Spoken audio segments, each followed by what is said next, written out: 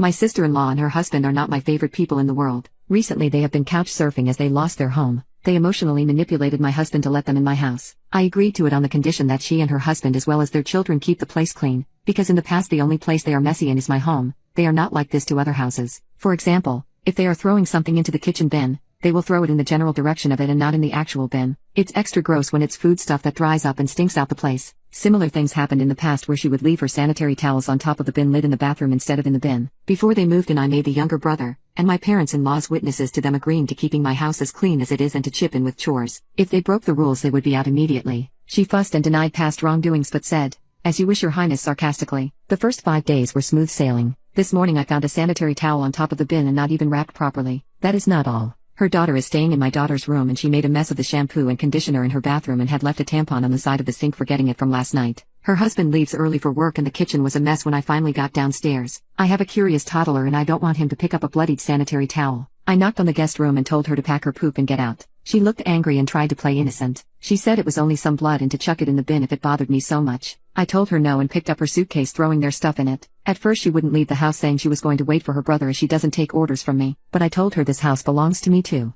I dropped her and her youngest ones off at my in-laws. A few hours ago her husband came back from work and when I wouldn't let him in he made a scene. He went to my in-laws, but they don't want them there due to father-in-law illness. When my husband returned from work my in-laws turned up in our driveway with her and her family within 20 minutes. They are still standing outside and squabbling about being let in. I refused to open the door and told my husband if he backs down he isn't welcome in our home either. They are currently at my in-laws, but they made a promise to return to discuss the matter tomorrow as everyone will be home from work and that way we could all find a workable solution. When my husband got inside I told him that I would not have them in my house. I told him that he could clean up after them, which he did. After cleaning up he asked me why I made him do that. I told him I was just as grossed out over other people's bodily fluids as he was, and unlike him I wasn't biologically related to them. So if he found it unsavory, imagine how I felt in the past cleaning up after them. He promised to buy a new bin and bleach the sink 3 times. Our strategy for tomorrow is that under no circumstances are they coming to live with us. Update. We went early to get it over and done with.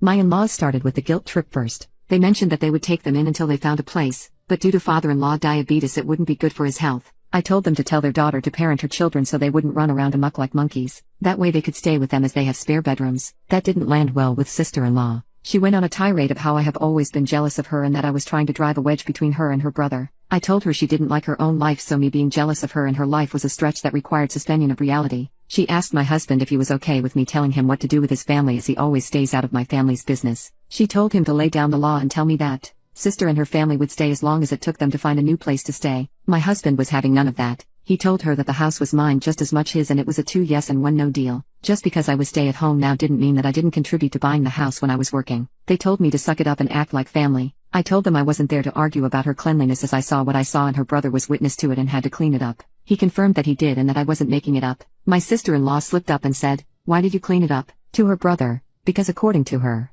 I was meant to clean it up. Either she is the dumbest bitch alive to admit it or she knows she has the whole family in her pocket. Either way I made it clear she wasn't going to stay with me and because she got along much better with everyone else in the family they would figure out something around their own lives. My husband told his niece that she was old enough to clean up the remaining mess, but she said no. Her father jumped in and said, "She is just your niece, she's my daughter. Don't you dare tell her what to do." It got heated between them so they both had to walk it off. I told her and her husband that the only reason me and my husband were there was to get money back for the bin we had to throw out due to her sprinkling biohazards around the house. She laughed in my face and said it would never happen. I said fine. I hope you realize that when I threw you out I didn't pack all your belongings. I still had her daughter's Switch, her husband's and her 2 younger ones' tablets and some of her jewelry, and a few other bit and pieces as it all happened so quickly that day. It would all be sold to recuperate my cost. We left, but she was yelling loudly about what she would do to me if I dared to sell anything. My husband has my back and he said go ahead and sell whatever you need to. Later on they kept texting my husband to do them one last favor by putting up with her for a few months until she got back on her feet. I told him that no matter what I wouldn't agree to let her slobby husband and her horde of children back in. They texted me too,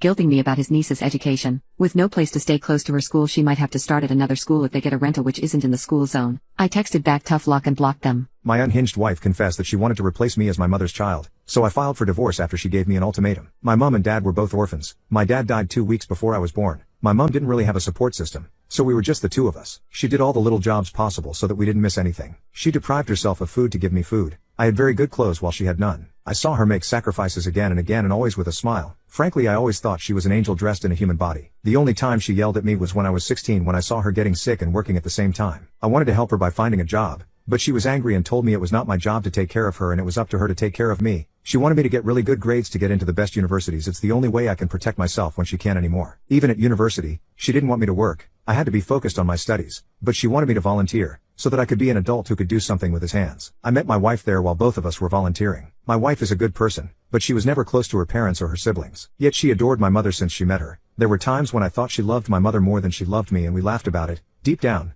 I think she was looking for the bond between mother and daughter that she did not have from her mother. When I finished my studies, I found a job, and we moved in together, but she wasn't comfortable that I called my mom every day. Remind you, those were 10 to 15-minute calls. But eventually she stopped. Bring it on. 2 years later I bought a house for my mother because we never had a house in our name. We lived from apartment to apartment. So for all the sacrifices she made, it was for me the least of it, and it was non-negotiable. That's where the problem started with my wife. She wanted me to think about us first. I told her my dream had always been to buy my mom a house since I was little, and that's what I had to do. But she complained about it to my mom. My mom didn't even know I bought a house for her, as it was supposed to be a surprise for her birthday. She was uncomfortable with receiving the house because of my wife and told me that wasn't necessary, that we could use it for us when we get married. I was furious. I told my mother that the house was for her and that she could do it whatever she wanted, but it was time for her to think about herself first. Our couple survived that. We got married and then we had our own house. Our life was going well until 2 months ago when my mother fell ill. I wanted her to come and live with us so that I could take care of her, but my wife didn't want to. I then decided to rent an apartment with my own money right next to our house so that I could be close to her and go there to take care of her. But even that idea didn't sit well with my wife. Me and my wife don't have children yet. We both work. I usually come home at 6 p.m.